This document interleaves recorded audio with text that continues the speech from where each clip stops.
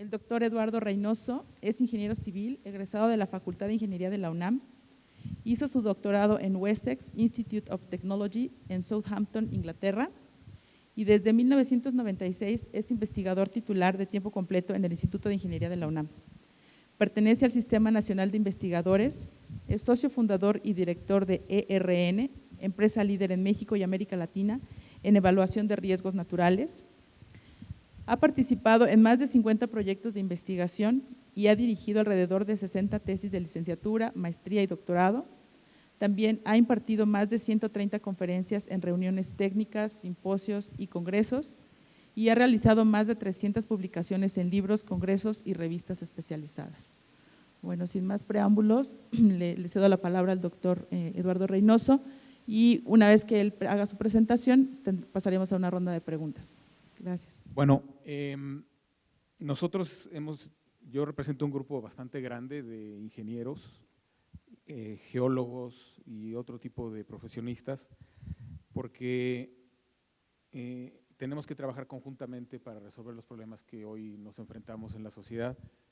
En particular, el urbanismo es un reto multidisciplinario, tenemos que entrarle todos y tenemos que entrarle todos de manera abierta, con ganas de colaborar, etcétera. Entonces, en ese sentido, pues, yo presento el trabajo realizado por varios y es un trabajo de muchas personas que no voy a dar crédito todo el tiempo.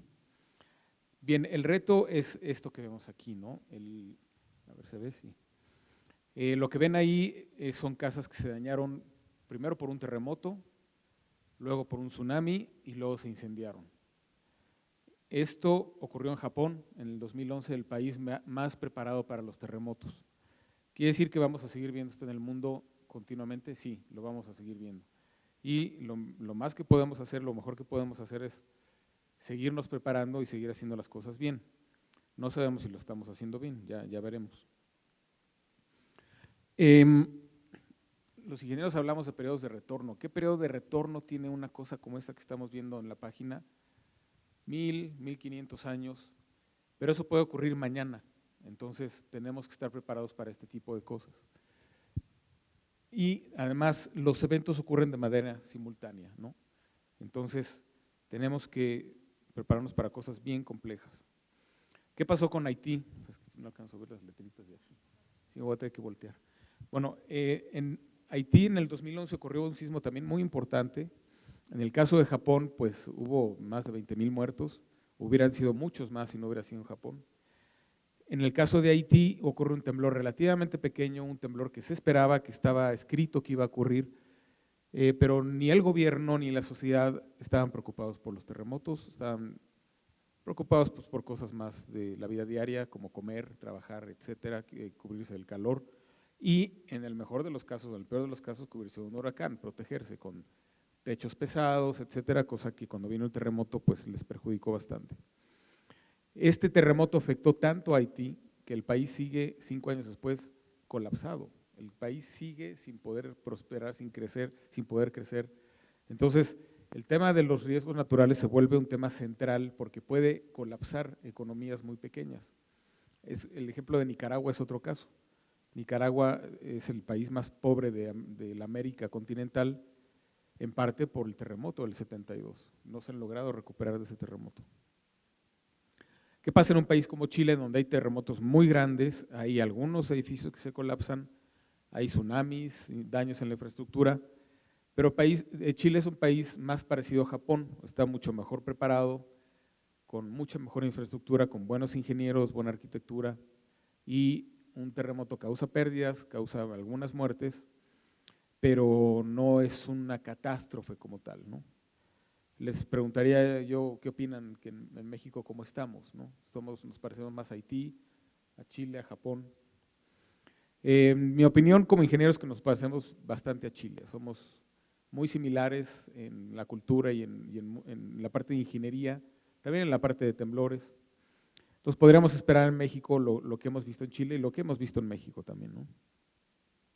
Por ejemplo, en el 2011, 2010, en Mexicali hubo un temblor idéntico al de Haití, exactamente igual, la misma magnitud, la misma distancia a la ciudad, más o menos el mismo tamaño de ciudad.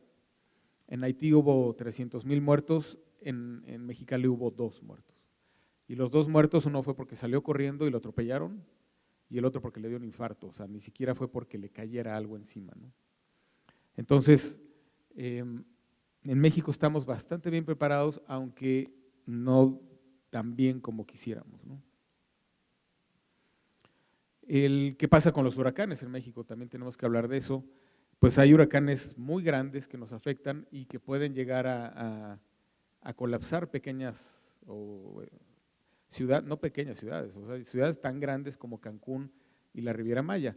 Esta zona permaneció completamente destrozada durante 6 meses, la zona de Cancún después del huracán Vilma, y con una gran afectación, sí a los hoteles, aunque los hoteles están protegidos con los seguros.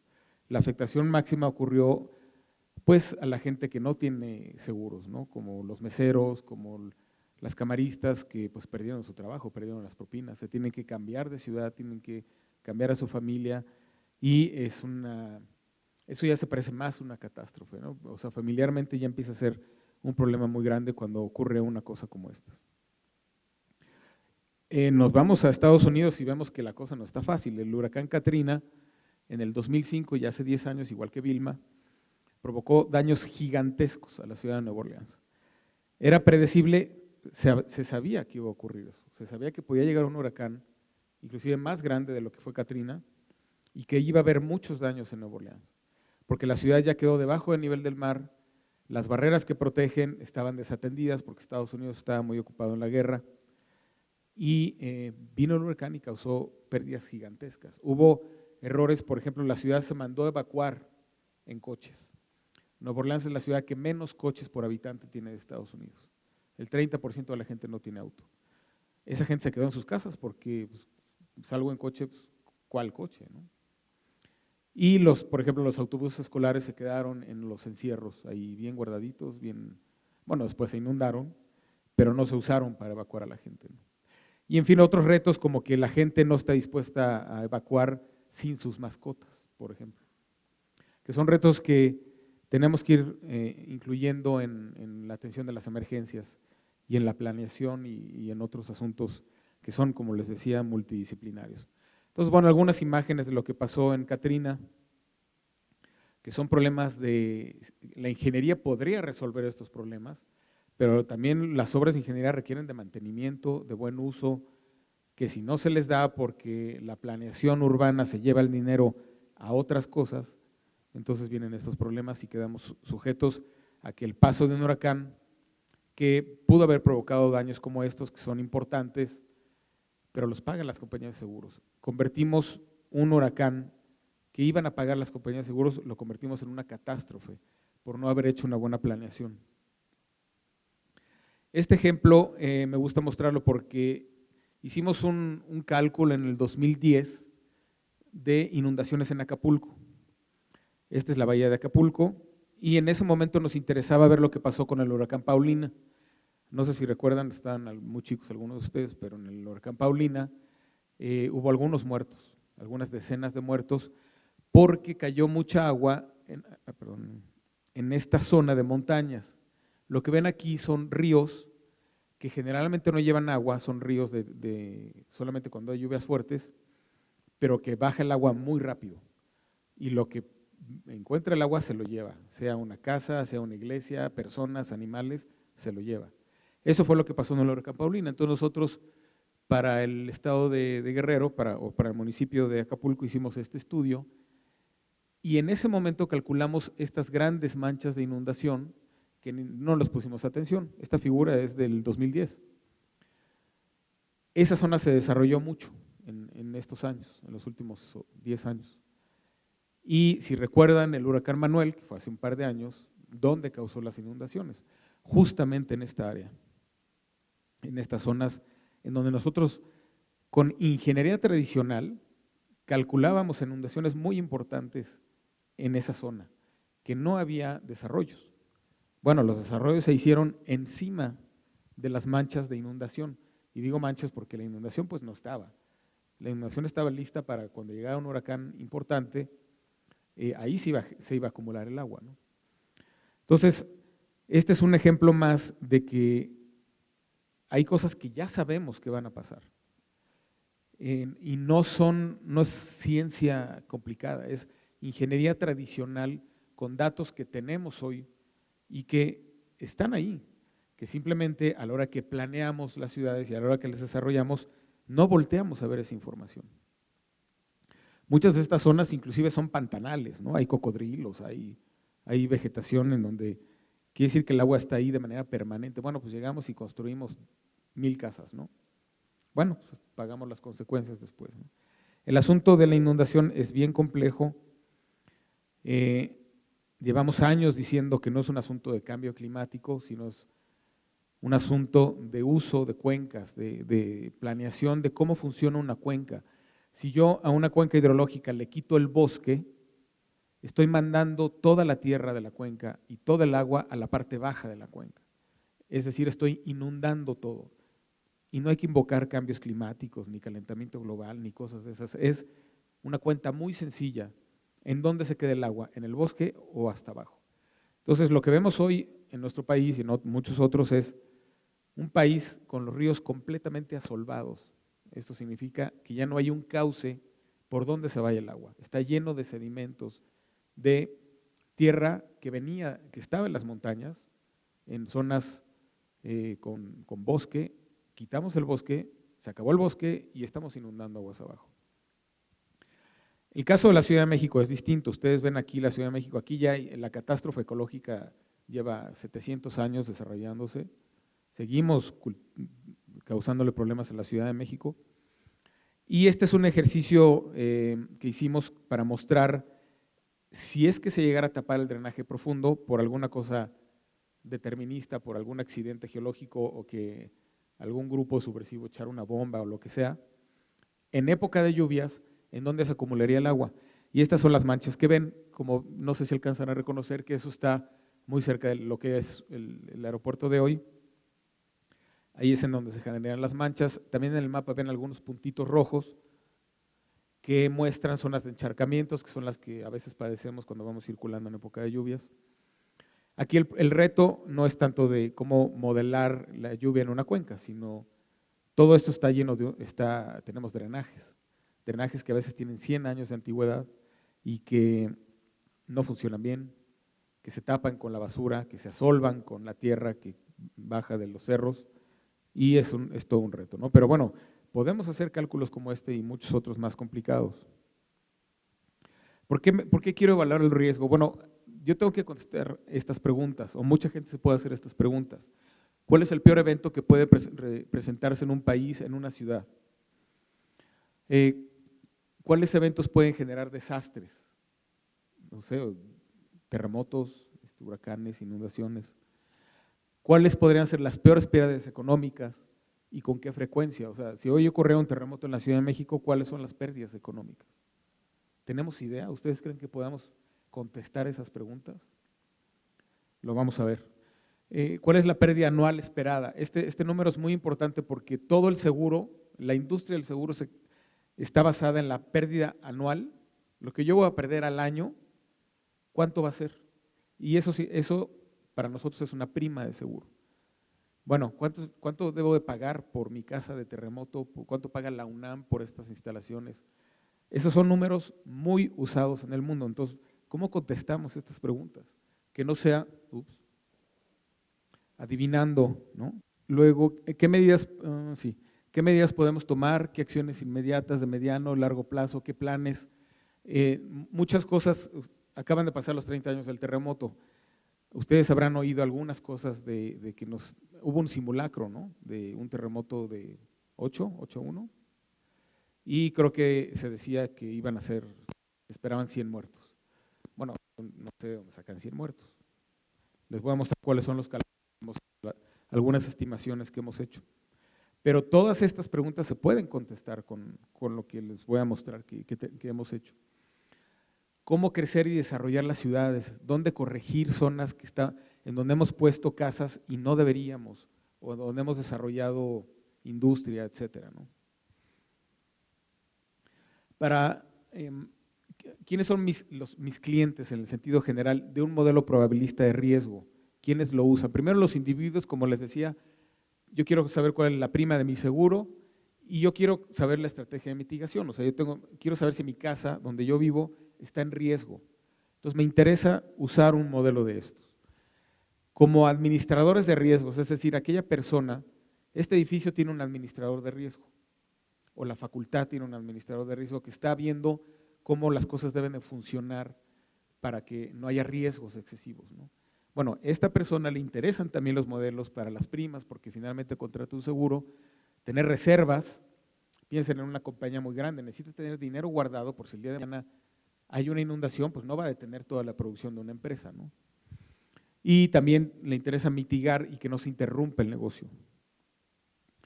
Las compañías de seguros, los reaseguradores, los intermediarios son muy interesados en estos temas también, pero los gobiernos y la sociedad son los más interesados en todo esto. En muchos temas, por ejemplo, al gobierno le interesa comunicar y difundir el riesgo de una manera adecuada, no causando alarma, pero tampoco diciendo que no hay riesgo. Calcular la exposición financiera del Estado, no voy a hablar del Fonden. En México existe un fondo para atender las emergencias. ¿De qué tamaño debe ser ese Fonden? Hay que calcularlo. Guiar intervenciones de reducción de riesgo, es decir, construir presas, reforestar, regular a las compañías de seguros que no vayan a quebrar en un evento, planes de contingencia, emergencias, planes urbanos, usos de suelo, sistemas de alerta temprana y de aviso y estimaciones inmediatas después de la ocurrencia de un sismo. Todo esto vamos a ver algunos ejemplos. Entonces, utilizamos modelos de ingeniería. Estos modelos de ingeniería lo que pretenden es que yo no tengo estadísticas suficientes de terremotos y de huracanes, porque han ocurrido muy pocos. Sí, por ejemplo, tengo estadísticas de choques en la ciudad, ¿no?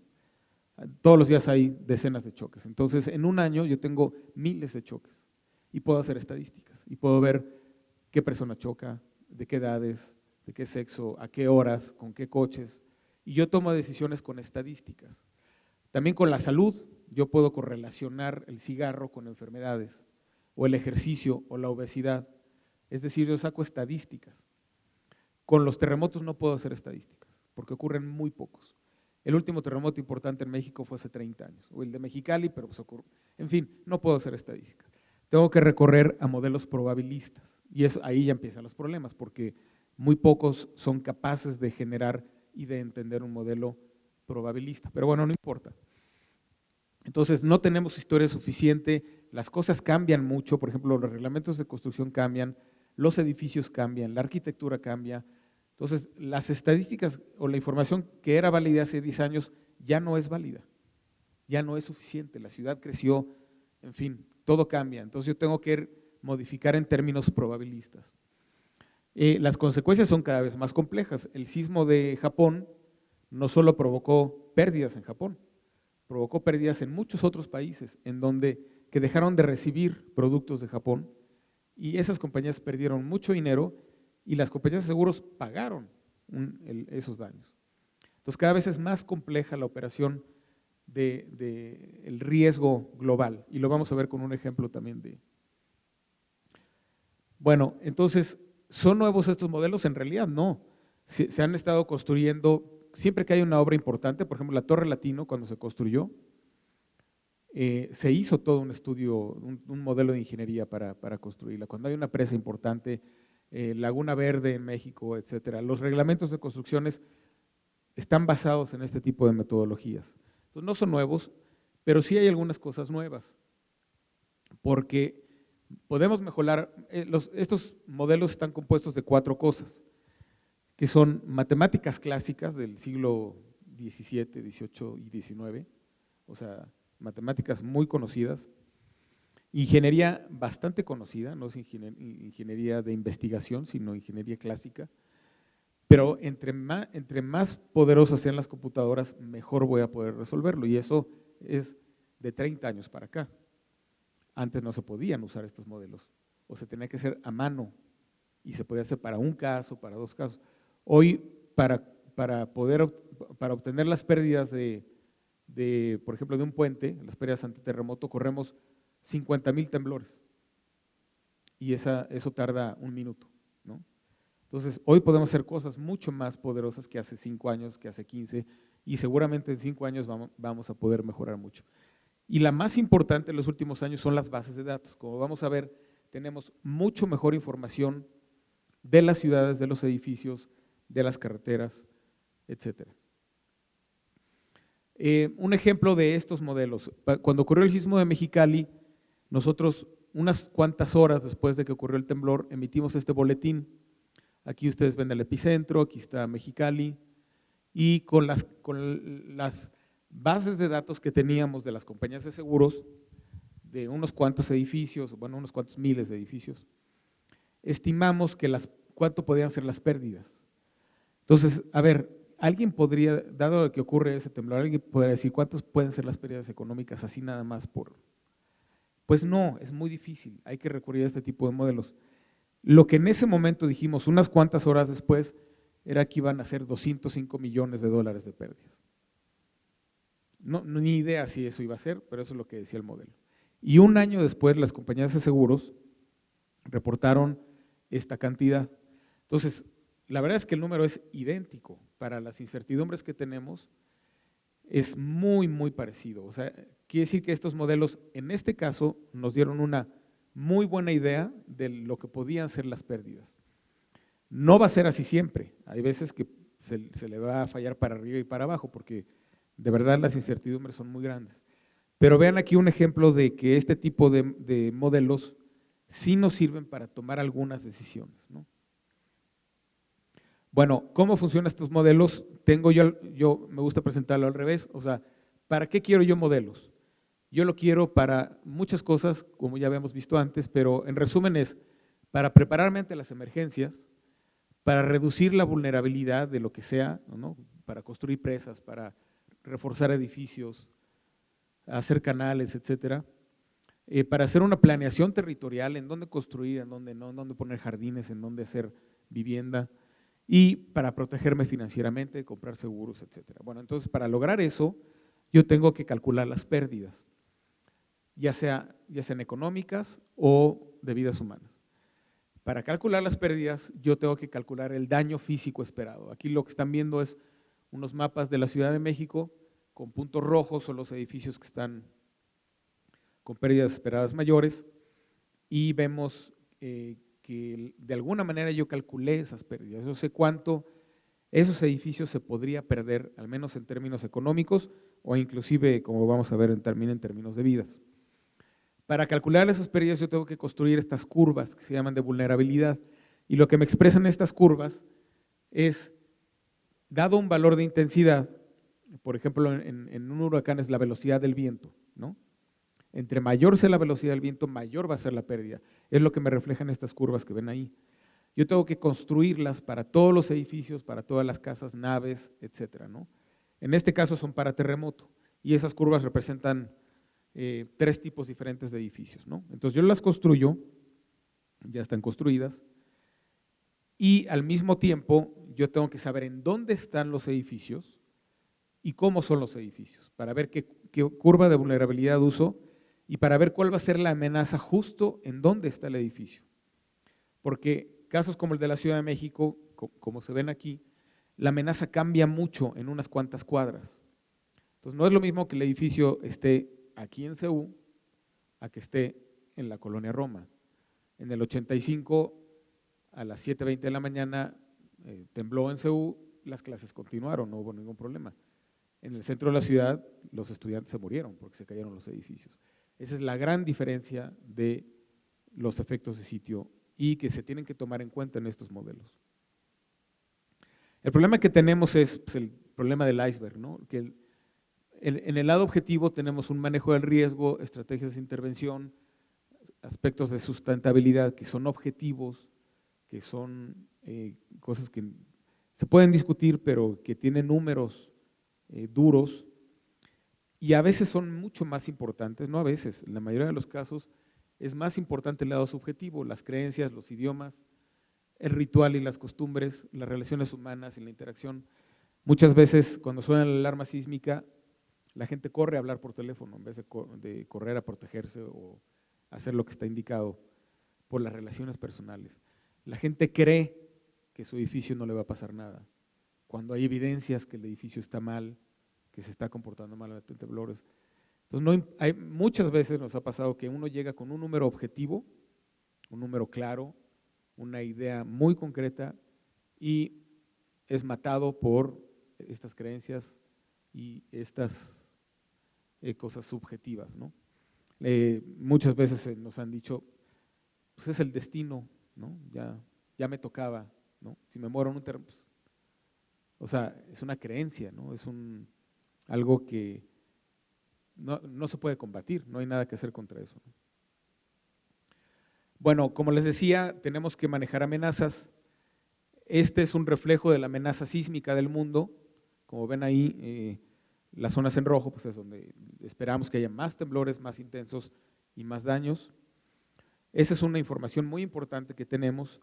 Otra información muy importante, como ya les decía, es lo que llamamos los efectos de sitio, que ya a nivel local, a nivel ciudad, no es lo mismo la intensidad sísmica que se muestra en este mapa y a nivel local puede ser muy diferente. O sea, siempre va a ser mayor que esta. Aquí lo que ven en estos cuadritos, que pues no se alcanza a distinguir, pero de manera esquemática, dentro de esos cuadritos que representan zonas de ciudades, en México y en otros lugares que hemos hecho de América Latina, alcanzan a ver colores en rojo, por ejemplo. Ahí es en donde se amplifica más el movimiento. Entonces, si ustedes están en las zonas en rojo, van a sentir mucho más fuerte el temblor que si estuvieran dentro de esa misma ciudad en una zona en verde. Entonces, todo eso hay que tomarlo en cuenta, hay que irlo sumando para que los cálculos que yo vaya haciendo en todas las aplicaciones que yo haga estén bien hechos, ¿no?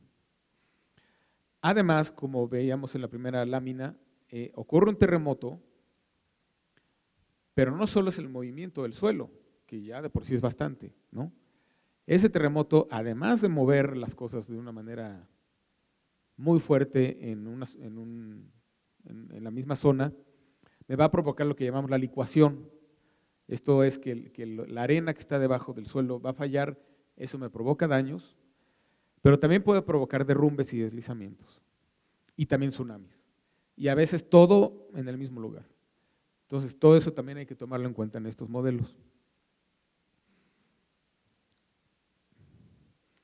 Y en el caso de los huracanes también es lo mismo, o sea, muchas veces o muy pocas veces ustedes podrán ver en las noticias que un huracán causó pérdidas por el viento o por la inundación o por la marea de tormenta o por las distintas razones que se ven aquí, ¿no? Y para nosotros eso es importantísimo porque nosotros modelamos el viento de una manera muy distinta a como modelamos la inundación o los deslizamientos. Entonces, para entender y poder pronosticar en términos de ingeniería lo que va a pasar en el futuro, tenemos que entender muy bien cómo es el fenómeno y cómo se correlacionan estos elementos. Cuando veamos las trayectorias de los huracanes voy a profundizar un poco más en esto. Bueno, ahora recuerdan que había una parte de vulnerabilidad, es decir, cómo se van a comportar los edificios, los puentes, los tanques de agua, etcétera, ¿no? Para eso yo tengo que construir, esto es muy importante porque nos hemos topado muchas veces en foros multidisciplinarios en donde la gente dice, es que yo estoy calculando la vulnerabilidad. Híjole, sí, pero a ver, esto toma años y toma años de trabajo de ingeniería bastante profundo. Entonces, simplemente yo lo que quiero mencionarles aquí es que para que haya buenas funciones de vulnerabilidad, tienen que estar bien justificadas, es decir, esta función solamente sirve para movimiento fuerte del terreno o solo sirve para inundación y solo sirve para este edificio, en este país, ¿no? Luego llegan empresas internacionales que usan las mismas funciones para todos los países. No, pues a ver, eso no va a funcionar, ¿no? Como decía ahí, que reflejen las particularidades locales y que incluyen la incertidumbre, es decir, tenemos que trabajar no con valores fijos, sino con funciones de probabilidad, que eso simplemente se hace y se tiene que hacer así, ¿no? Y miren, un ejemplo es este, es el edificio Nuevo León, seguramente habrán oído hablar de él, en que se cayó en el terremoto del 85, para que vean lo complejo de la incertidumbre. Aquí ustedes ven 3 cuerpos del edificio, dos en el suelo, que provocaron alrededor de 500 muertes, y uno en pie. Idénticos, los 3 idénticos.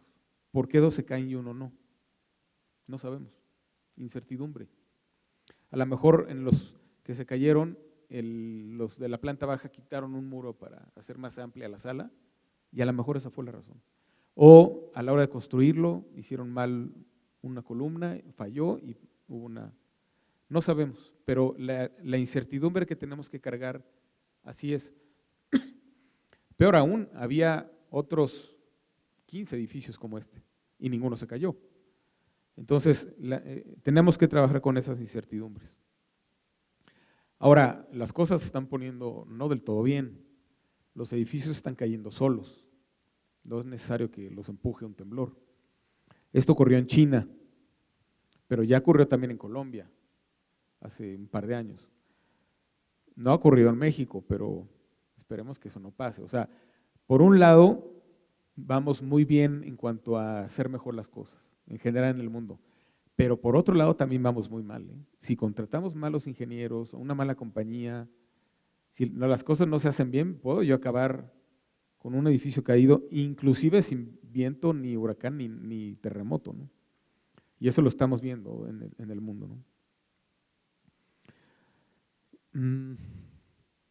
Bueno, como les decía, hemos avanzado mucho en lo que llamamos la exposición, ¿qué significa? Son las casas, los edificios, los puentes.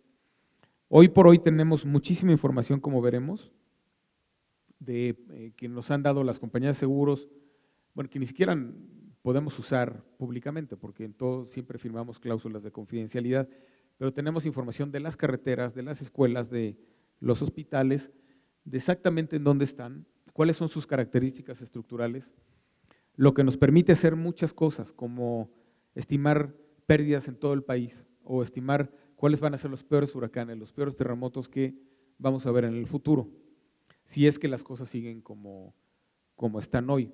Estos son ejemplos de mapas perfectamente georreferenciados con la información. Si ustedes ven este mapa, hacen amplificaciones y lo ven en plataformas de mapas como Google Earth, van a ver exactamente la escuela en dónde está, la clínica, la carretera, todo está perfectamente bien ubicado, lo que nos permite a nosotros hacer, como les decía, muy buenas estimaciones de lo que puede pasar. Por ejemplo, aquí tenemos, esta es una página web que ya está funcionando, en donde pueden ver en el mapa, en la información de Google Earth, esos puntos en amarillos y rojos son los daños del 85 en la Ciudad de México. Podemos hacer acercamientos, aquí ya se ve Europa, para hacer la revisión de los sismos que han ocurrido en Europa, que son estas manchas que ven ahí. En los últimos años ha habido estos temblores en distintos lugares de Europa que nos han arrojado información de daños y de pérdidas. Esa información es muy valiosa para que nosotros podamos estimar mejor lo que va a pasar en el futuro, ¿no? Entonces, los modelos deben de ser capaces de reproducir lo que ya pasó, con el objetivo de poder reproducir cualquier cosa que pueda pasar en el futuro. Esa es la idea y ese es el reto, y pues más o menos se va cumpliendo. Esta es una pantalla de un programa que tiene la Secretaría de Hacienda que se llama RFONDEN, en donde aquí los puntitos rojos en el mapa de la República son, por ejemplo, todas las escuelas que hay en México. Y esta es la mancha de un huracán, cualquier huracán, no importa.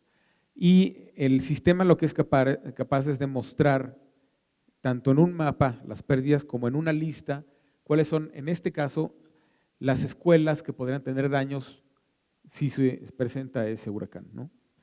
Entonces, eso ya lo tiene el gobierno federal desde hace varios años, son herramientas que creemos que son muy poderosas. Este es otro ejemplo de lo mismo, aquí son las mismas escuelas, como les decía, aquí hay una tabla que muestra para cada una de las 200,000 escuelas, o sea, esta tabla tiene 200,000 renglones, nos muestra cuál es la escuela, cuáles son las pérdidas que pudo haber causado el huracán Gilberto, que pasó en el 88, si volviera a pasar hoy. Este tipo de ejercicios es muy útil porque hablar de un huracán que podría pasar, eso a veces no nos dice nada, pero hablar de un huracán que ya pasó, que todo el mundo se acuerda, y poner eso en la perspectiva actual Es muy útil para los que toman decisiones. En el caso de eso de un huracán que ya pasó, pero también tenemos el ejercicio que ya tiene como 3 años funcionando, es que de la página de la NOAA, que es la Agencia Americana de Huracanes, ellos cada 3 horas publican en dónde está el huracán que viene, ¿no? Si ustedes se meten ahorita, van a ver ahí en dónde están formándose los huracanes, que todavía pueden pegar algunos, ¿no? El huracán Vilma pegó en noviembre, Katrina también, todavía pueden llegar algunos huracanes en esta temporada.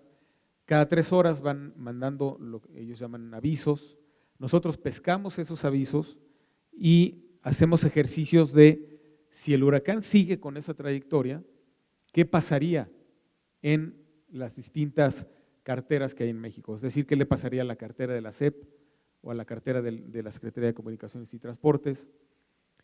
Y esto le permite a las autoridades estar un poco mejor preparados para atender la emergencia, porque esto lo podemos hacer con 10 horas, 15 horas antes de que llegue el huracán, ¿no? Entonces, por ejemplo, refugios, agua potable, comida, todo eso se puede hacer con mucha mejor precisión de lo que hoy se hace.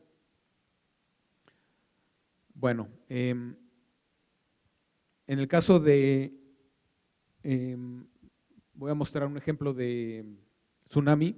Aquí vemos la costa del Pacífico sur de México. Aquí ven muchos puntitos rojos que son las escuelas. ¿En dónde están las escuelas? ¿Cómo son? Etcétera. Eso ya lo sabemos. Aquí hay algunos acercamientos, como el mapa de arriba es muy grande. Abajo hay un par de acercamientos de Zihuatanejo y de Puerto Escondido, como ejemplos, ¿no? Y ahí se ven exactamente en dónde están las escuelas. La pregunta es, ¿los tsunamis que ocurren en México les van a afectar a esas escuelas? Si no hacemos este tipo de modelos, no podríamos saber. Entonces, bueno, hacemos los modelos.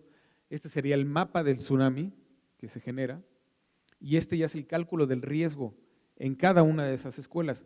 Entonces, de los cientos de puntitos que había de todas las escuelas existentes, solamente quedaron unos cuantos en donde efectivamente ahí sí les puede pegar un tsunami. Entonces, las decisiones se deben de basar en un estudio de riesgo, no en el estudio de amenaza del tsunami o de dónde está la escuela, sino ya de la combinación de las dos, ¿no? Otro ejercicio que hacemos, cada vez que hay un temblor, aquí en el Instituto de Ingeniería tenemos un acelerómetro, tenemos 2 de hecho juntos para tener un proceso redundante, que están continuamente registrando, cada vez que se dispara un umbral, que ya sabemos más o menos cuál, porque la historia de registros en Ciudad Universitaria tiene casi 50 años. Eso para algunos fines ya nos permite hacer estadísticas, no para fines catastróficos, pero sí. Ya medio sabemos de qué tamaño es un temblor para que cause daños en la Ciudad de México. Entonces, como medio sabemos eso, podemos tener este modelo que, como les decía, está continuamente registrando cuando se dispara un umbral. Tenemos unas computadoras todo el tiempo dedicadas con sus baterías, etcétera. No hay ningún proceso humano aquí, no hay ninguna persona que esté haciendo nada.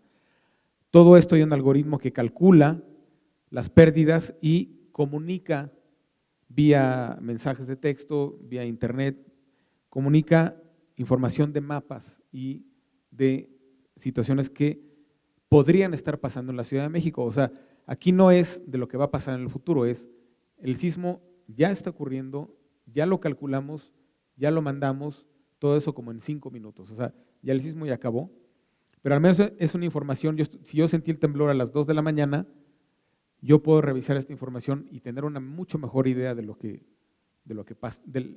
estimamos que pasó.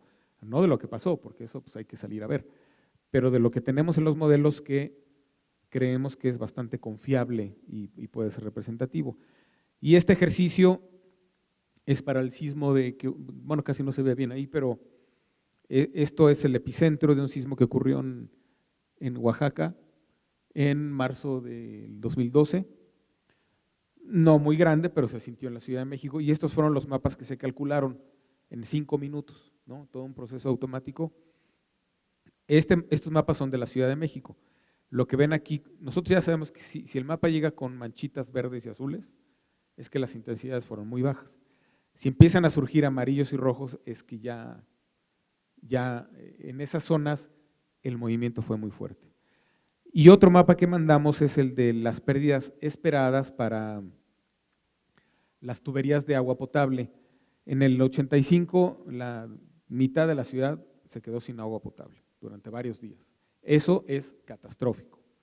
Entonces, esta información puede ayudar a las cuadrillas de la Secretaría de Obras a ir inmediatamente a donde están marcados en rojo, aquí las tuberías, está marcado en rojo, porque esas fugas no se van a ver al principio, son tuberías que están muy enterradas, no las vamos a ver, el agua se va a estar yendo al subsuelo, entonces ellos tienen que ir y ver en dónde están las mediciones de presión y detectar con mayor agilidad las zonas en donde se rompieron las tuberías.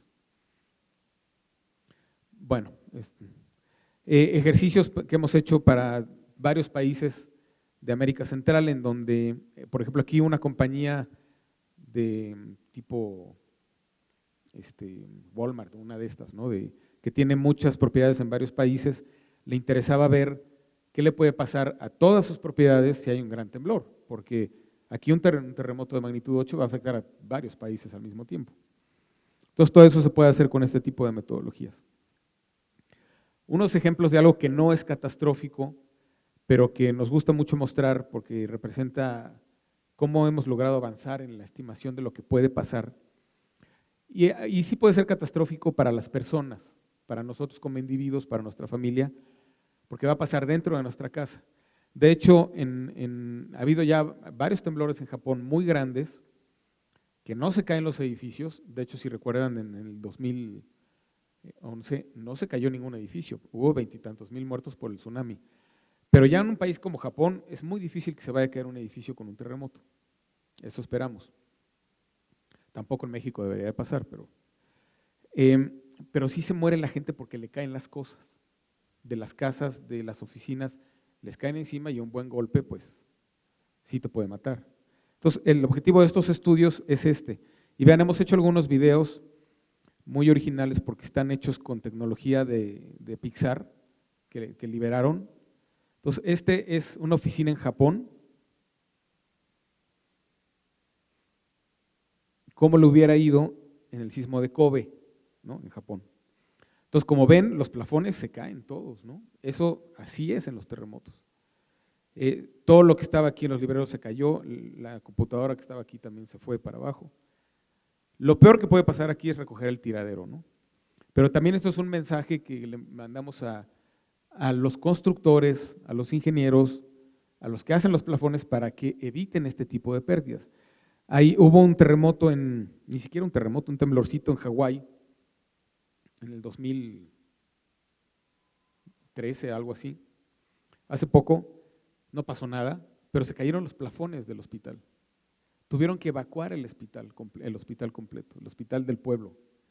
No hubo daños en ningún lado, pero todos los enfermos tuvieron que mandarlos a otro lado porque se cayeron los plafones. Entonces son cosas que tenemos que ir mejorando mucho. Muchas veces los ingenieros participamos en lo que es la obra negra y ya, bye, adiós. Bueno, también deberíamos estar en este tipo de cosas, ¿no? Colaborando para que no pase esto, ¿no?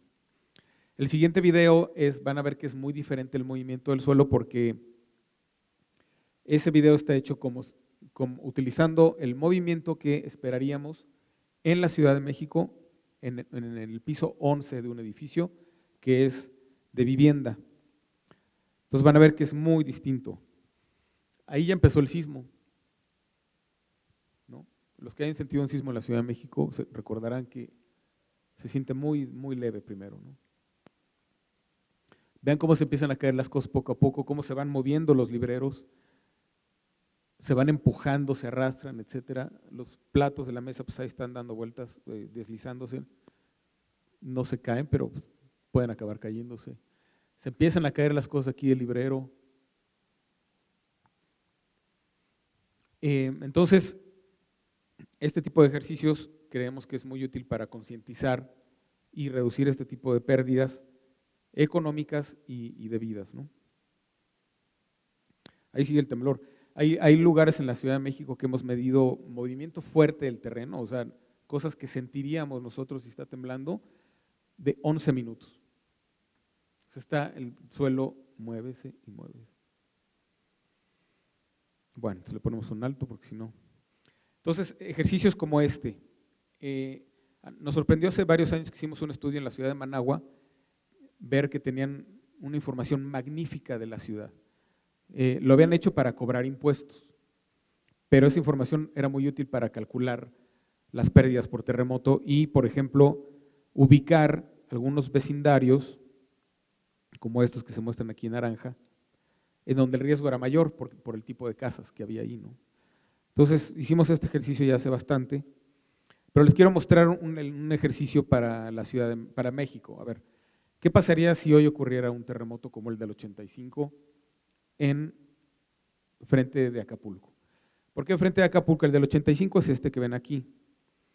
Esta gran área significa que fue un terremoto de 8.1. La magnitud tiene que ver con el tamaño del temblor, no con la intensidad. Claro que entre más grande sea el temblor, más afecta y se puede sentir más grande. Pero un temblorcito de estos ahí, en el lugar, es tan fuerte como uno de 8.1.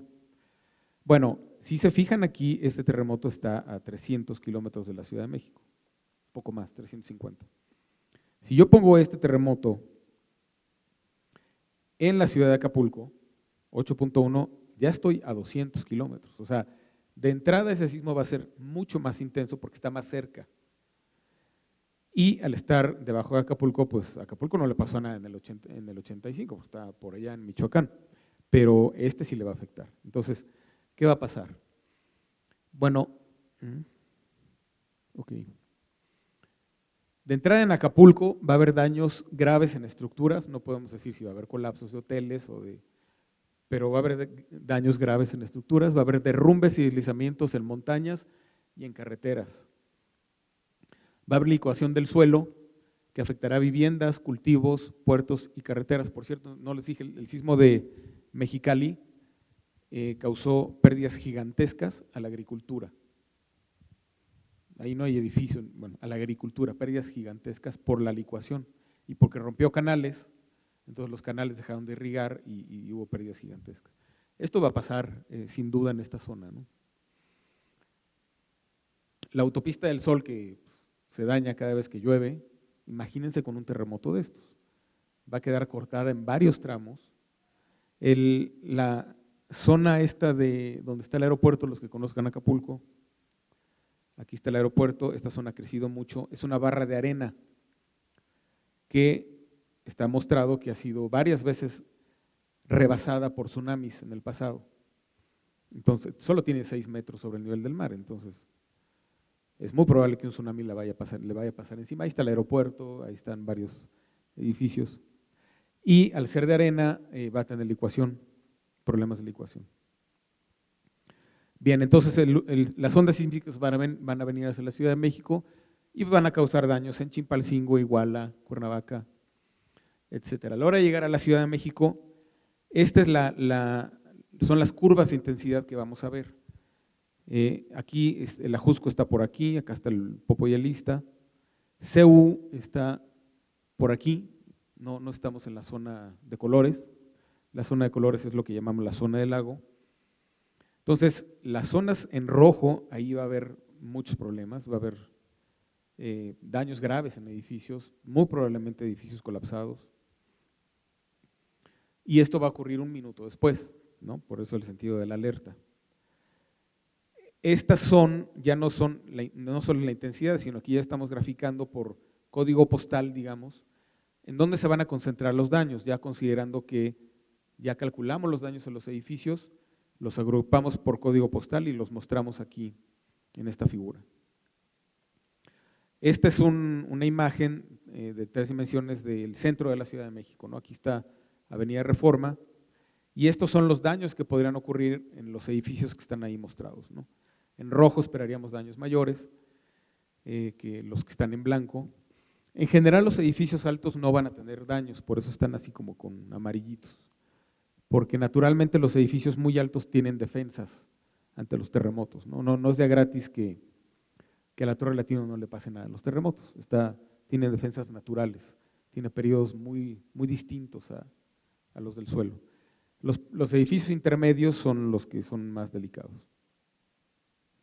Aunque en México tenemos el récord del edificio más alto que se ha caído en un terremoto, que es 25 pisos, que es bastante alto, una de las torres de Pino Suárez. Afortunadamente no había nadie cuando eso pasó. Bien, entonces, ¿qué va a pasar en la Ciudad de México?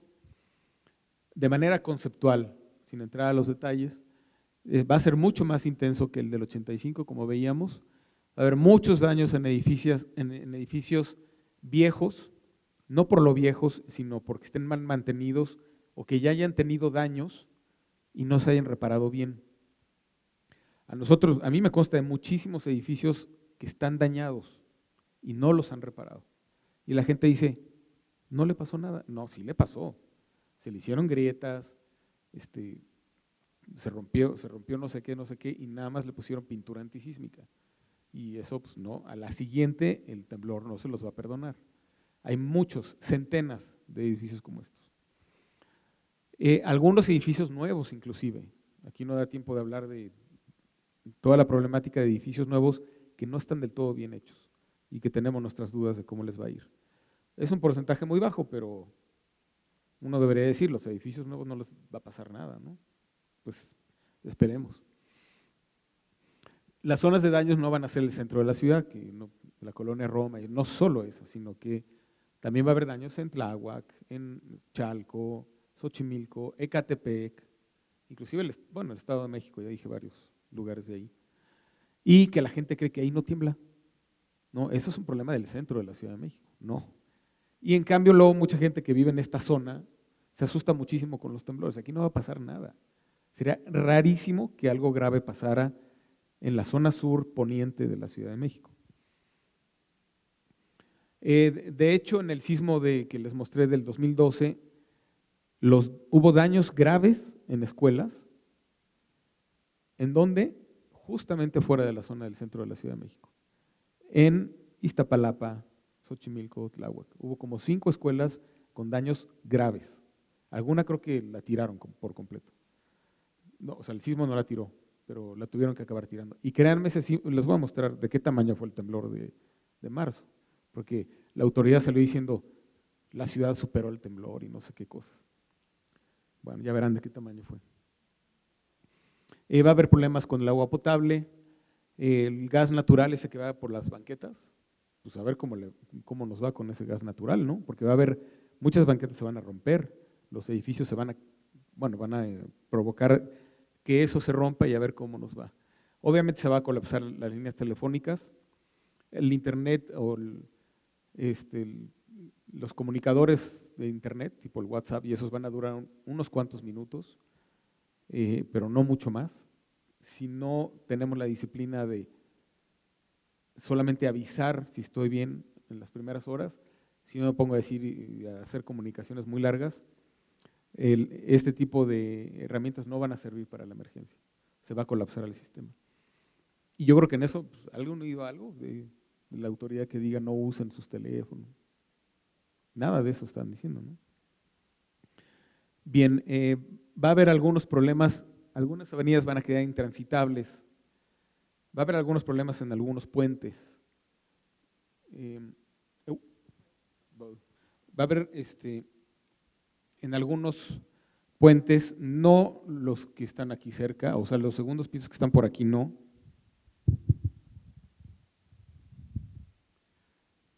pero sí otras vialidades que, en fin, va a haber algunos puentes en donde puede haber problemas, los segundos pisos están construidos al límite, pero no creemos que les vaya a pasar nada, pero en algunos otros lados sí, entonces también es un asunto de tránsito importante, por dónde van a circular los vehículos de emergencia. Y bueno, no queremos que esto pase, obviamente, pero nuestros modelos nos dicen que sí va a haber muertos, sí va a haber alrededor de 10,000, ¿no? Y si es de día menos, si es de noche más, pero también decir que van a ser 100 muertos, ¿como por qué? O sea, sí es mejor prepararnos para algo más realista, tratando de que no ocurra, ¿no?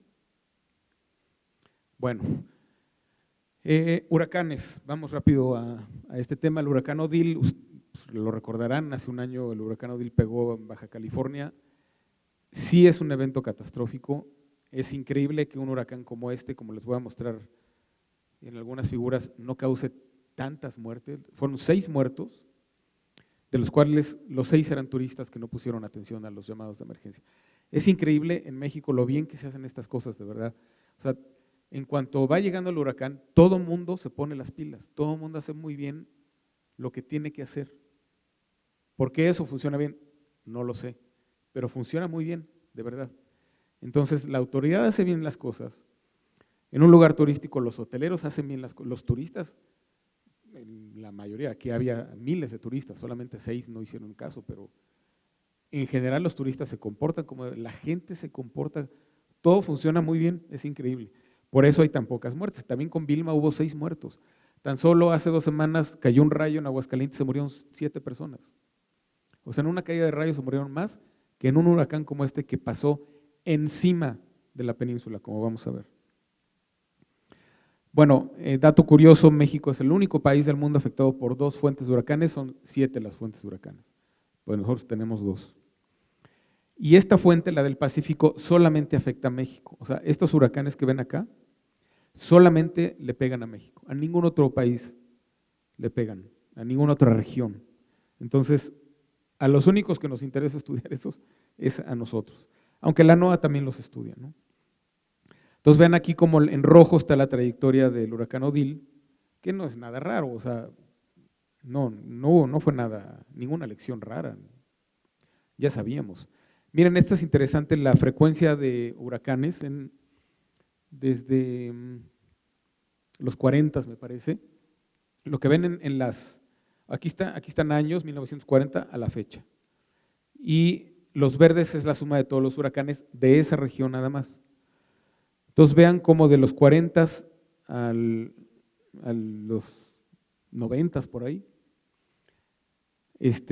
cada vez había más, ¿no? Entonces, si aquí hubiéramos observado la frecuencia de huracanes, hubiéramos dicho, wow, cada vez hay más huracanes. Pero vean lo que pasa de los 90 para acá, cada vez hay menos. Entonces, ¿dónde está el cambio climático y todo eso? No sabemos. Entonces, no es una sorpresa, no está habiendo más huracanes, de hecho, está habiendo menos, aparentemente, pero no importa, o sea, yo creo que hay que prepararnos para todos los huracanes, haya más o menos. Estos son todos los huracanes que han pegado en la península. Y aquí está Odile. Lo que estamos viendo aquí es la velocidad del viento máxima. Entonces sí, Odile es de los más fuertes que ha habido, efectivamente, pero ha habido otros también fuertes, en particular otro del mismo tamaño. Entonces tampoco podemos decir que cada vez son más fuertes, que también eso han dicho algunos meteorólogos, es que cada vez son más fuertes. ¿Dónde?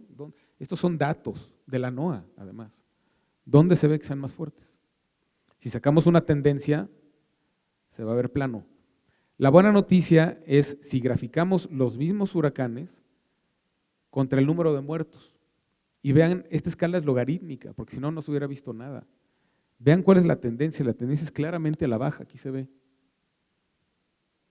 O sea, ya estamos de menos de 10 muertos por huracán, ¿no? Esa es una buena noticia, ¿no? Pérdidas económicas, más o menos igual. Pero también es una buena noticia, porque si pensamos lo que eran Los Cabos hace 10, 20, 30 años, pues eran un pueblo. Hoy es una ciudad con muchos hoteles y vean las pérdidas. O sea, quiere decir que las cosas van bien, a pesar de que les voy a mostrar unas fotos que ustedes dirán, bueno, ¿cómo que van bien? Bueno, me voy a ir más rápido para no quitarles mucho tiempo. Esta es en rojo ven las manchas de viento. En realidad el huracán le pasó encima a todas las ciudades. El destrozo que causó fue enorme. La cantidad de agua que cayó en una zona desértica también fue escandaloso. No hubo tantos problemas de marea de tormenta porque es una zona que naturalmente la gente no construye a nivel del mar. Todos los hoteles, los que tengan oportunidad de ir, casi todos están construidos 8 o 10 metros arriba del nivel del mar, entonces puede crecer la marea de tormenta y no afecta gran cosa, ¿no? Si pueden ver este video en internet, es impresionante. Ven aquí este famoso arco. Las olas, o sea, el oleaje era del doble del tamaño del arco. Estas personas se las hubiera llevado la marea, pero por 20 metros. Estas rocas gigantescas de 40 metros, vean cómo estaban completamente salpicadas cuando estaba llegando el huracán, antes de que fuera la hora más intensa, que fue en la madrugada y no hay videos. Entonces, esto es realmente impresionante, cómo una causa más pérdidas en un huracán como estos. Algunas cosas de las pérdidas económicas, pues 24,000 millones de pesos, pues, preferiríamos gastarlos en otra cosa, ¿no? De los cuales 3,000 millones se pudieron haber evitado, porque estos 3,000 millones, si sumamos todo esto, aquí no se alcanza a ver, pero no importa, es dinero que gastamos porque no hicimos bien las cosas y tuvimos que reparar, que quitar escombros, que hacer cosas que si hubiéramos hecho bien no hubiéramos tenido que gastar ese dinero. El gran afectado fue el sector turismo. Una vez más, a las compañías de seguros, las compañías de seguros pagan a los hoteleros, pero los meseros, toda esa gente se queda sin trabajo durante varios meses, ¿no? Yo creo que es algo que también hay que ver. Y algo que no nos gusta es que se perdió muchísimo en la transmisión de luz. Vean que en el suelo todas, o completamente destrozadas, algunos hoteles con daños en las fachadas, en los jardines. Todo lo que son agencias de automóviles se las lleva casi completitas, les ponen mucho cristal para que se vean, todo eso se vuela. Los contenidos de los edificios, estas son algunas fotos del aeropuerto. Una vez que entra el viento, se lleva todo, ¿no? Un tanque de agua que estaba vacío, vean cómo quedó destrozado. Otros tanques igualitos que estaban llenos de agua no les pasó nada. Entonces también son cosas que conviene conocer. El puerto está protegido, todas las olas que les mostré no llegan de manera natural al puerto, aunque hubo bastantes daños. El aeropuerto quedó cerrado, esto es increíble, no podemos permitir que un aeropuerto no funcione después de un huracán. La construcción que tenía, bueno, aquí la torre de transmisiones se voló todo, pero estos eran los techos del aeropuerto, techos de lona. Ok, pues es barato, lo vuelvo a hacer, sí, pero detuve los cabos durante 3 meses. Lo que dejó de entrar al país es mucho dinero, ¿no? Por no haber hecho un aeropuerto un poquito mejor. Bueno, más del aeropuerto, otro aeropuerto también hecho pedazos. Este daño fue porque, ven ustedes ahí, los cauces siempre están secos, ¿no? En estas zonas desérticas, pero cuando llega un huracán, todo el agua se va muy rápido. Entonces este puente se lo llevó en la corriente, se llevó la pila central, aquí está la foto de abajo, es unas pocas horas que duró la inundación, y arriba es como quedó, y pues ya así es como lo reconstruyeron. La verdad es que bastante rápido, pero siempre es mejor planear bien las cosas a ser buenos en la emergencia, ¿no? La estación meteorológica es increíble, pero está hecha para medir velocidades de viento, pero a la mitad del huracán se vuela. No podemos entender por qué pasa eso. O sea, hubiera sido súper útil haber medido las velocidades de viento porque eso nos permite a nosotros diseñar mejor los edificios. La terminal se voló, ya dejó de funcionar cuando apenas estaba entrando el huracán. La agricultura, muchísimos daños a la agricultura. Ven estas naves industriales, el techo, cómo lo hace a pedazos el aire, ¿no? Estas son láminas que quedaron dobladas con papel de baño. Edificios industriales, el antes y el después. Estadios, vean cómo esta gradería la tira el viento. Todas las estaciones de Pemex tenían distintos tipos de falla, algunos muy graves, otros no tanto, pero la estación de peaje, cuando pasamos por ahí una semana después, pues no le pasó nada. No, ya la habían repuesto. Así quedó la estación de peaje, no sé si alcanzan a ver. Aquí están las casetas y cómo acabó por acá a 50 metros. Edificios, ven cómo rompe todos los cristales y una vez que se mete el viento causa muchos daños. Recubrimientos que no sabíamos que existían. Estos edificios están recubiertos de un material que es muy parecido a la tabla roca, que pues no resiste velocidades arriba de 100. y el huracán entró aquí con 250, ¿no? Entonces, se pelaron estos edificios, aunque por dentro quedaron bien. En fin, más ejemplos. La vivienda precaria, aquí se ve muy claro, ¿no? Estas que son de clase media, no les pasó nada y todos estos era un tiradero. Lo increíble es que nadie se murió ahí, nadie. O sea, todo el mundo aquí con cartones encima, no sé cómo lo hicieron, pero nadie se murió. Eso es al menos una buena noticia, ¿no? Pero sí, pues se les destruyó todo. Aún las viviendas residenciales tenían problemas en las mallas de protección. En fin, escuelas, todas las canchas de básquet fallaron, no entiendo por qué, pero todas. Debe ser un problema de la frecuencia, de que resonaban y hasta que acababan cayéndose. Pero, por ejemplo, aquí en esta escuela era muy fácil haber construido algo para que resistiera estas fuerzas de viento. No se hizo, se cayó, sale mucho más caro después, ¿no? Todos los letreros de la carretera, aquí ya nadie va a poder llegar al Triunfo porque se cayó el letrero del Triunfo. Bueno, todo esto lo hemos puesto también en aplicaciones que son gratuitas porque queremos llegar a más gente, ¿no? Entonces, en esta aplicación ya tiene cargados los temblores que pueden ocurrir en todo el mundo, de hecho, y ustedes le dicen cómo es el edificio en donde viven o en donde están, el hotel, si están de viaje, y les da un cálculo aproximado del riesgo. Todo esto pues con la idea de que, pues, al menos el que quiera tener un poco de más información, pues que la tenga, ¿no? Mira, les voy a pasar rápido así todos los huracanes que ocurren en México. Aquí están todas las categorías, sí se alcanzan a ver aquí en México, ¿no? Aquí está, y estos son los del Atlántico y acá están los del Pacífico, que como les decía, solamente a nosotros nos afectan. Y los daños por lluvia los causan estos huracanes. Tormentas tropicales y huracanes categoría 1. Estos traen mucha agua y están ahí mucho rato y son los que causan problemas de inundación. Pero si le vamos subiendo la categoría, pues cada vez hay menos. Estos ya son de huracán categoría 2. Y así sucesivamente hasta que llegamos a los de categoría 5, que son muy pocos. Estos causan muchísimos daños por marea de tormenta. El oleaje en Vilma era de 20 metros en algunos lugares. Claro que esos 20 metros llegan muy revueltos y se estrellan, y no es que llegue una ola de 20 metros y se devore la ciudad. Es más bien que el agua puede llegar a subir hasta 20 metros. Y el viento, vean lo que hace el viento, es impresionante, ¿no?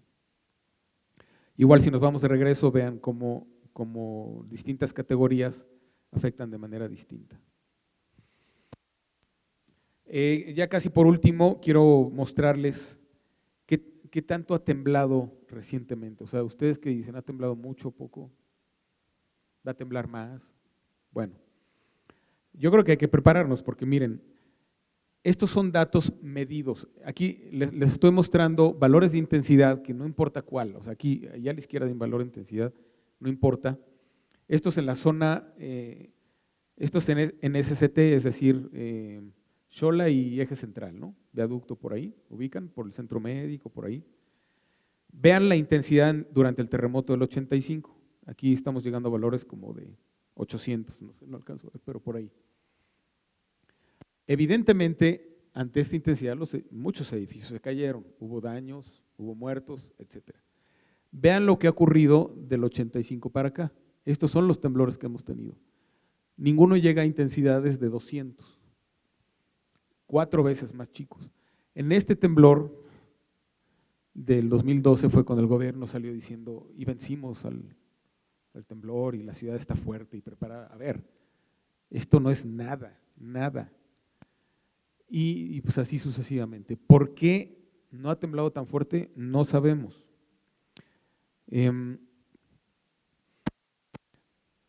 Podemos hacer un estimado del siglo pasado, porque del siglo pasado conocemos muy bien en dónde ocurrieron los temblores y de qué magnitud fueron. Con esos dos datos, utilizando los modelos que tenemos, confiando en que los modelos sean buenos, bueno, confiamos en que son buenos porque la línea verde es lo que sale del modelo y la línea amarilla, que es la que habíamos hablado antes, es la realidad. Entonces, si se fijan, pues más o menos se parece, ¿no? Entonces, con este modelo, revisemos lo que pasó en el siglo XX. Y estas son las intensidades que hubieran presentado en este sitio de SST. Vean cómo en el siglo XX hubo varias veces, hubo varios sismos con intensidades arriba de 200. Quiere decir que hubo varios sismos que causaron daños fuertes a varios edificios de la Ciudad de México. Aquí está, por ejemplo, este fue el de la Ibero. ¿Ubican que en el 79 se cayó la Universidad Iberoamericana por un temblor? Bueno, fue en el 79 y vean el nivel de intensidad, no es tan grande. El del 57, que había sido el sismo más importante en México, que tiró varios edificios, entre ellos también el Ángel, mucho menos intenso que el del 85. Pero vean, antes hubo otros, inclusive tan grandes como el del 85. La incertidumbre que tenemos en esto es bastante pequeña, o sea, créanme que estos resultados son muy confiables. Y vean cómo en los últimos 30 años casi no ha habido temblores. ¿Por qué? Nadie sabe. ¿Qué va a pasar de ahora en adelante? Nadie sabe.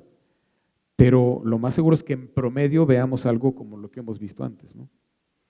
Entonces sí esperemos que vaya a haber temblores más frecuentes y más fuertes.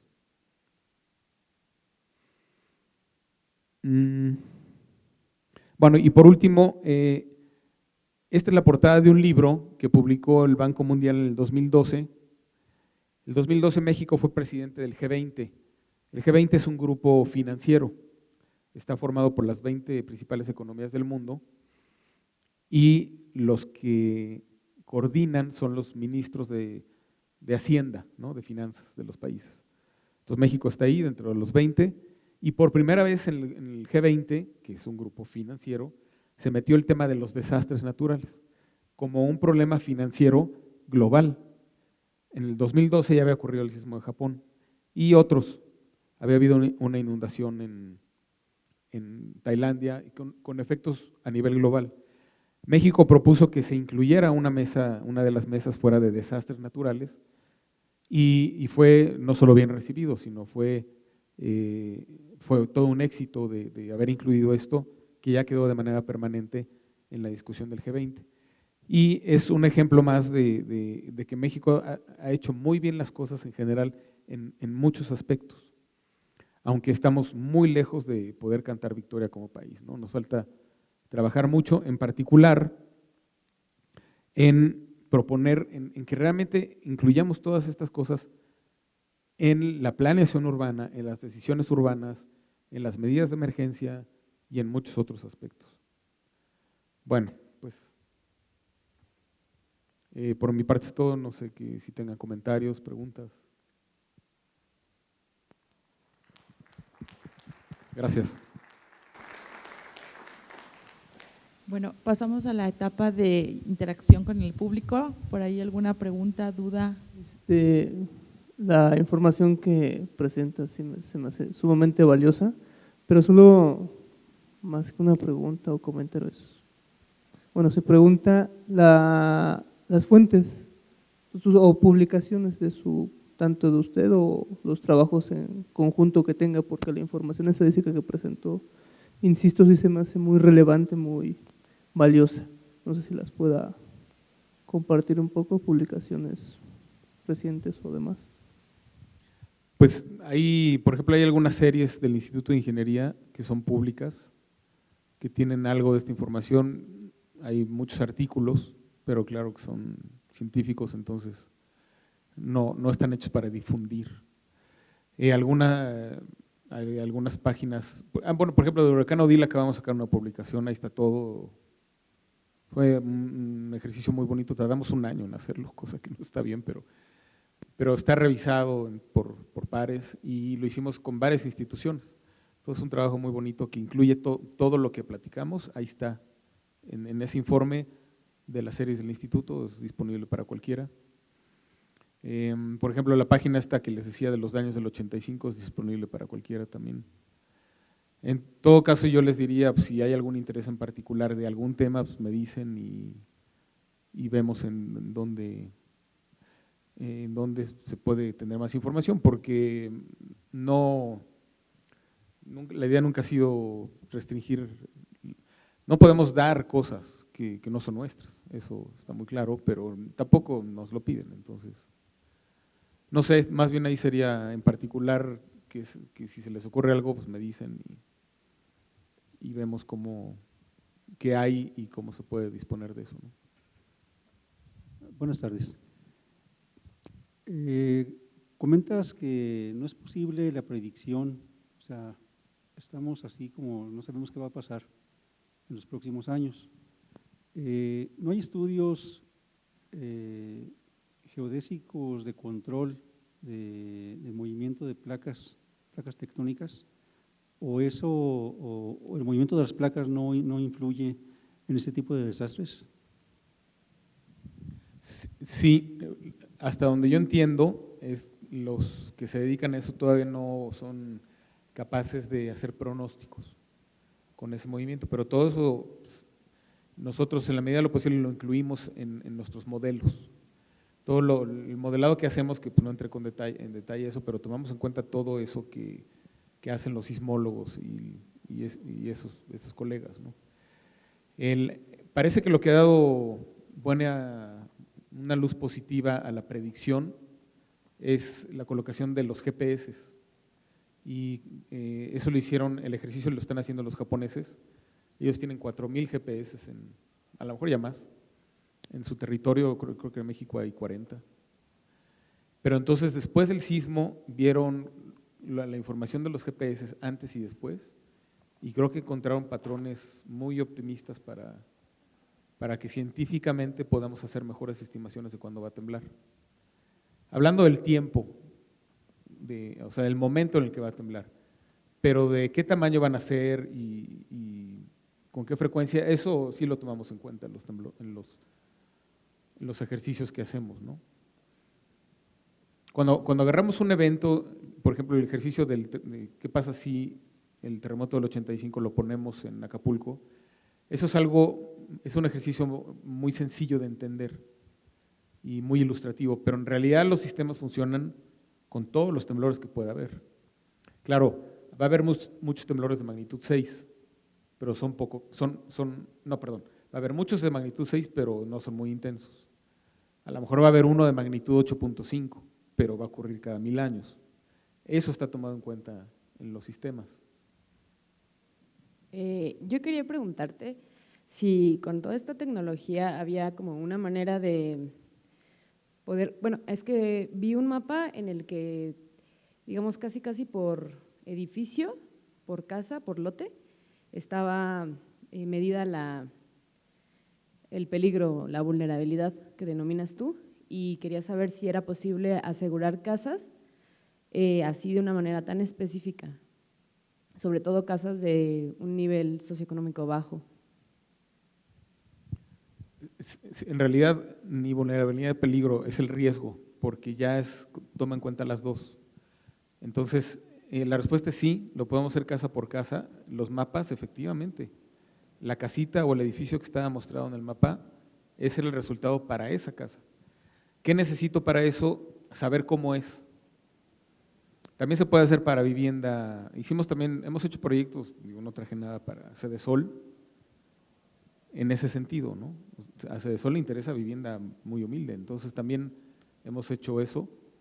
Y las amenazas ahí, el terremoto no es tanto, sino viento, lluvia, granizo. El granizo es terrible para la gente pobre.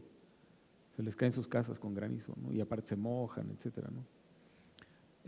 Como la gente humilde vale más, es muy obvio, pero bueno, es importante notar que vale más lo que está dentro de la casa que la casa misma, ¿no?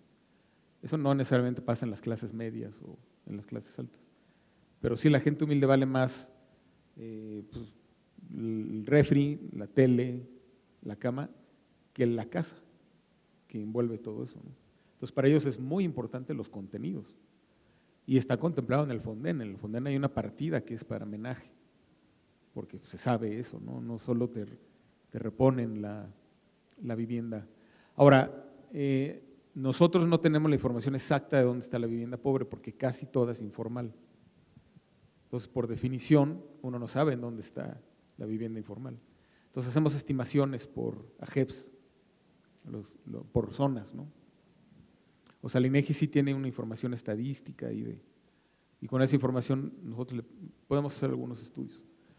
Entonces, en la medida en que en otros países, por ejemplo, hay mucha construcción distinta a México que se comporta diferente ante los temblores y ante los huracanes.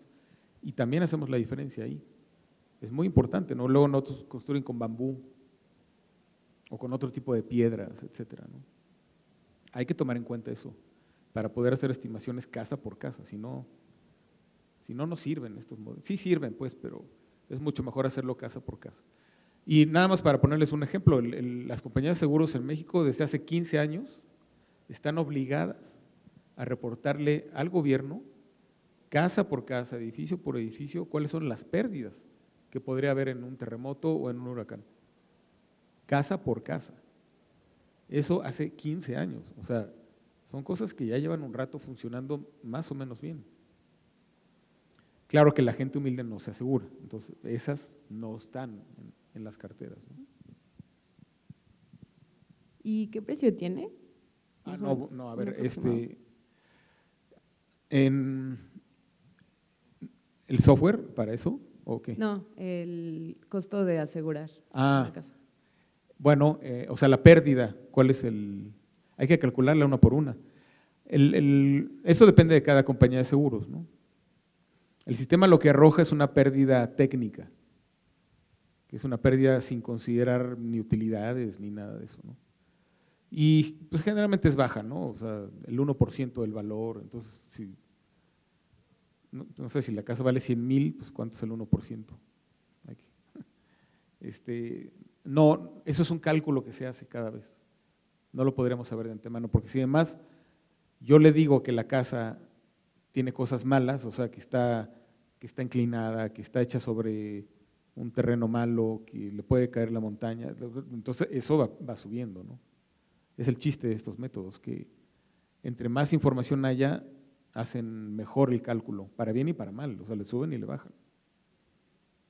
Gracias. Es imposible contestar así cuál es la prima o el precio de un seguro para algo, hay que calcularlo, dependiendo de dónde esté. Bueno, yo puedo aprovechar que tengo el micrófono. ¿Cuál es el principal obstáculo, digamos, que existe o que han encontrado para que la planeación urbana no esté considerando todas estas zonas de riesgo, todos estos factores, y que a pesar de que saben que están construyendo en lugares en donde no se debería construir, pues se siguen haciendo estos desarrollos, ¿no? Yo puedo dar mi opinión porque no estoy metido en esos temas. Yo sé que muchas veces eso depende del municipio. Entonces ya desde ahí ya podemos asumir que el municipio muchas veces no está preparado ni para entender lo que puede pasar, ¿no? Y tienen otro tipo de urgencias o de necesidades e intereses. Entonces, hay veces que simplemente se han hecho mal las cosas. Y eso se solucionó en la Ley de Protección Civil hace poco, 2, 3 años, no sé, en donde se puso que iba a ser un castigo penal al presidente municipal que autorizara desarrollos en zonas de alto riesgo. Bueno, ¿qué significa esto? Pues que hay que ser atlas de riesgos, pero pues no existen los atlas de riesgos. Pero entonces quiere decir que si hay un problema de un mal manejo de ¿no? Hay manejos de eso, etcétera. Entonces, fácil, porque yo les digo, en esta fundación, aquí no construir, ello de esa decisión es por 10,000. Así es complejo, eso será en grupo, y sacan bien con las, todo lo que yo la parte para muchas, pero de marla estamos a la amenaza natural y luego pues, nos arrepentimos y sale carísimo. O sea, haber recuperado Acapulco de Manuel, eso era como haber construido 2 presas en México, solo para atender lo que hicimos mal. Pues, no, pues, es una parte nada más, ¿no? Bueno. ¿Alguien más? ¿No? Bueno, pues si no, entonces agradecemos la presencia y la que doctor Eduardo Reynoso, y lo vamos a entregar una constancia y un obsequio por parte de la Facultad de Arquitectura. Gracias.